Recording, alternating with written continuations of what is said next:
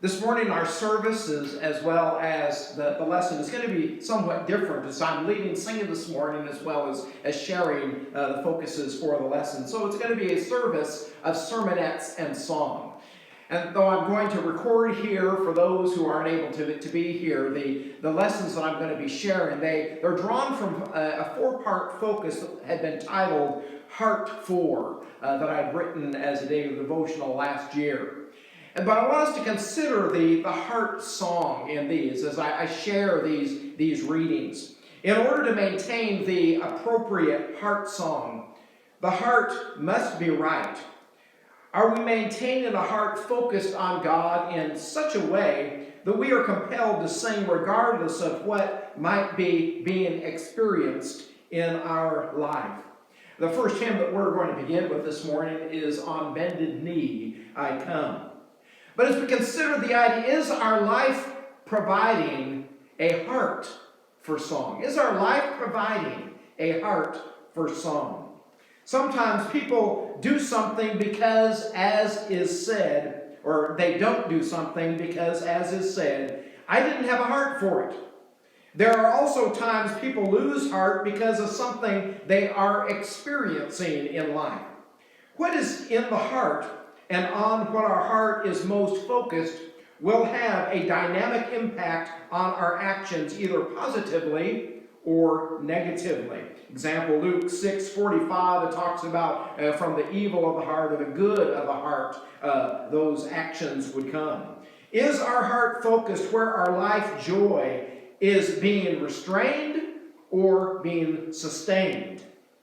In one of the Psalms, we read, this is Psalm 137, verses 1 through 4. By the waters of Babylon, there we sat down and wept when we remembered Zion. On the willows, there we hung up our lyres. For there our captors required of us songs, and our tormentors mirth, saying, sing us one of the songs of Zion. How shall we sing the Lord's song in a foreign land? Though their captors appear to have been familiar with the beauty of the songs of Zion, these people of God just didn't have a heart to sing under the present conditions. However, before they had lost the heart to sing, they had lost their heart for obedience to God's will. The nation had been taken captive by Babylon because their heart had not been right with God. Therefore, it wasn't actually a return geographically that these captives needed, but a spiritual return, a turning of the heart back to faithfulness to God that would have brought back the spirit of song. How about our heart? Is our heart remaining duly focused on God? Is our spirit of song sustained by a heart remaining surrendered to Him? If not, we might as well just hang up our hymnals and be quiet regardless of how beautiful the hymns might have seemed to the world around us. What gives meaning and power to the song is the soul surrendered to the sovereign will of God. This is despite being in a foreign land, since our true citizenship is above, Philippians 3 and verse 20. So may our heart continue to be drawn toward God so that the genuine adoration and praise of our song is drawn from deep within us. Let us be sustained by a heart surrendered to God. I love the hymn, break my heart, dear God. Tear the barriers down. Show me in convicting tears the glories of your crown. My heart is hard, my soul so weak, the ways of evil cut so deep. I need you, Lord, to come inside and gently break my heart. My sin is great, but I can see the glories set for me. Show me, Father, where to start and gently break my heart. My heart is hard, my soul so weak, the ways of evil cut so deep. I need you, Lord, to come inside and gently break my heart. We also, as the hymn we sing, Restore My Spirit, we need to seek God's help in restoring our spirit for song. But is our life song then in tune with God? We noted the request for one of the beautiful songs of Zion while exiles were in Babylon. Even when the message of a song is not taken to heart, the singing can still be considered beautiful and pleasant.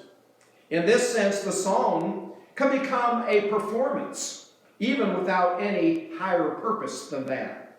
However, has life become merely an act, or is our heart truly engaged as God desires?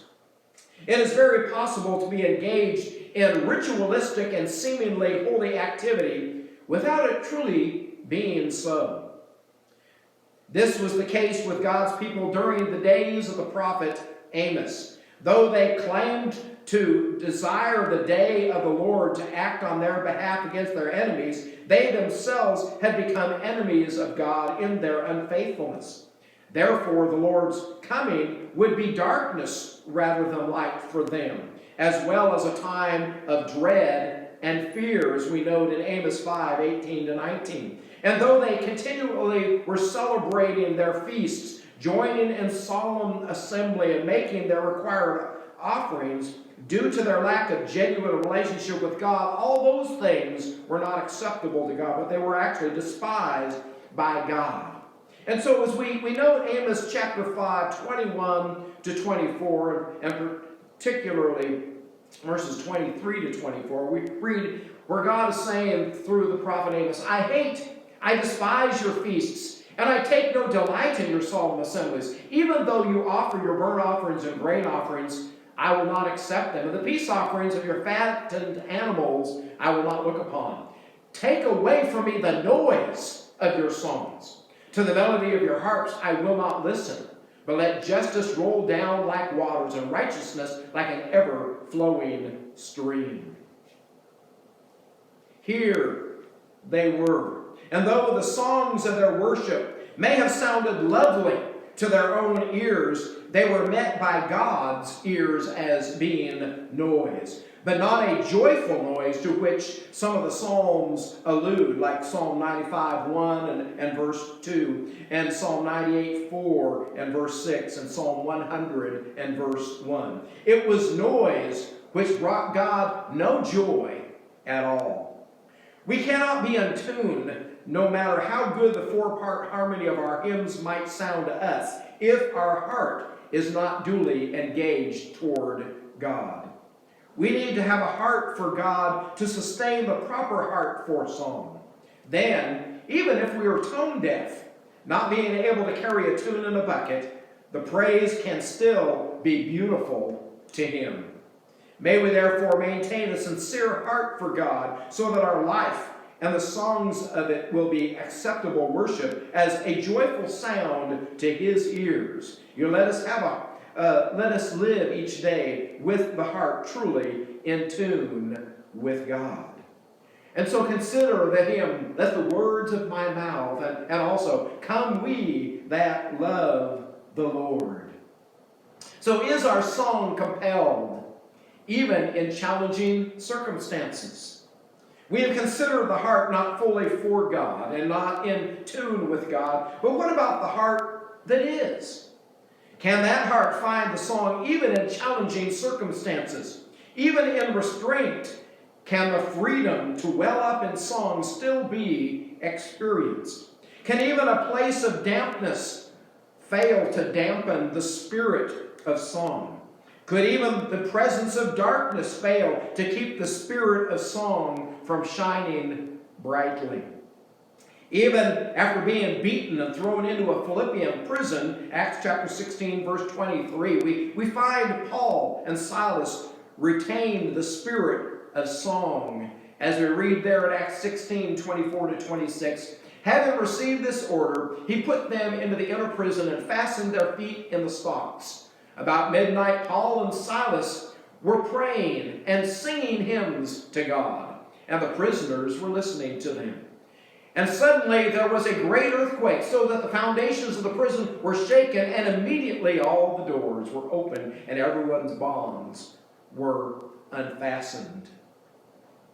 Though Paul and Silas were in the discomfort of a Philippian prison, with even their feet fastened in stocks, they remained in the comfort of God. With the focus of their heart on Him, they did not lose the heart for song, praying, and singing hymns to God. Their singing captured the ears of those imprisoned with them. It also obviously gained the attention of God and ultimately provided the opportunity for sharing the gospel message with the jailer and with his household. Acts 16 and verses 32 to 34. When we maintain a spirit of song, even during the difficult times of life, we may also see doors open for sharing our faith with those around us. Those around us may marvel at the ability to praise God even when things are not going entirely well. Because of a heart for God, trusting Him to fulfill His will on our behalf in His way and in His time will work to sustain the song welling up from within us.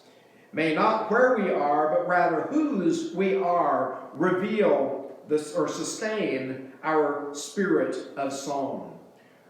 Let us have a heart revealing our faith's focus. Let there continue, as the hymn says, there's within my heart a melody, and for the Lord to be the song that we sing. And when our love for Christ grows weak, let us focus on the cross and what the significance of His sacrifice means for us. And then we are prepared to glorify His name. And may His name be glorified in all the earth. But is our song flowing from an overflowing, thankful heart? We have noted the heart not fully for God, nor in tune with God, and the difference of a heart that is. That is the heart which can sustain a song for God wherever we might be. That is because that with which we are filled is what will flow from our life. Even as the psalmist David wrote in that beloved 23rd Psalm, Psalm 23 and verse 5, "You prepare a table before me in the presence of my enemies. You anoint my head with oil. My cup overflows." Despite the reality and the presence of his enemies, David focused on God and what He had prepared for him. David's cup overflowed. Joy remained his. Blessing of God remained his. And writing to the church at Ephesus, Paul exhorted, "And do not get drunk with wine, for that is debauchery, but be filled with the Spirit, addressing one another in psalms and hymns and spiritual songs, singing and making melody to the Lord with your heart." With what are we filled? What is truly influencing the flow from our life? As wine would have its effect on the thinking, on the speech, and on the manner in which one walked, so it is with the Spirit of God. Being filled with God's Spirit, also noted as the Spirit of truth, John 14:17 and 1 John 4:6, will compel what is in tune with God. Drawing from His Spirit, life's godly melody will well up from the heart. With the heart in tune, the life will also then be in tune.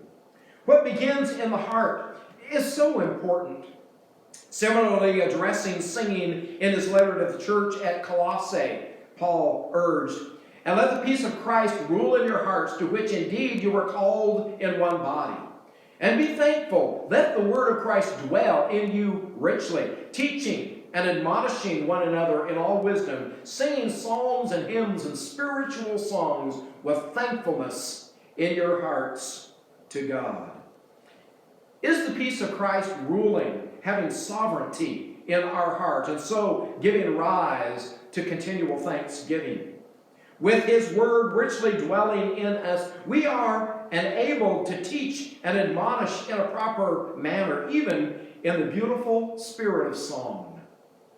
As we continue taking the word to heart, surrendering to it, living in and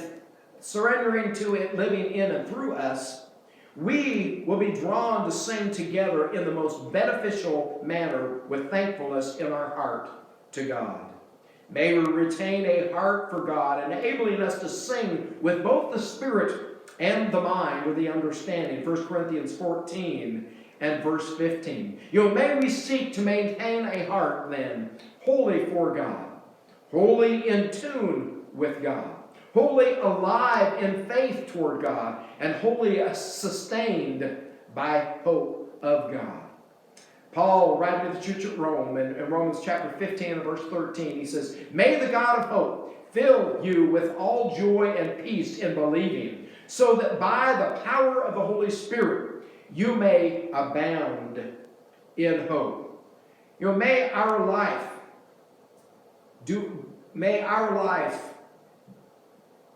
duly connected with God compel ongoing praise.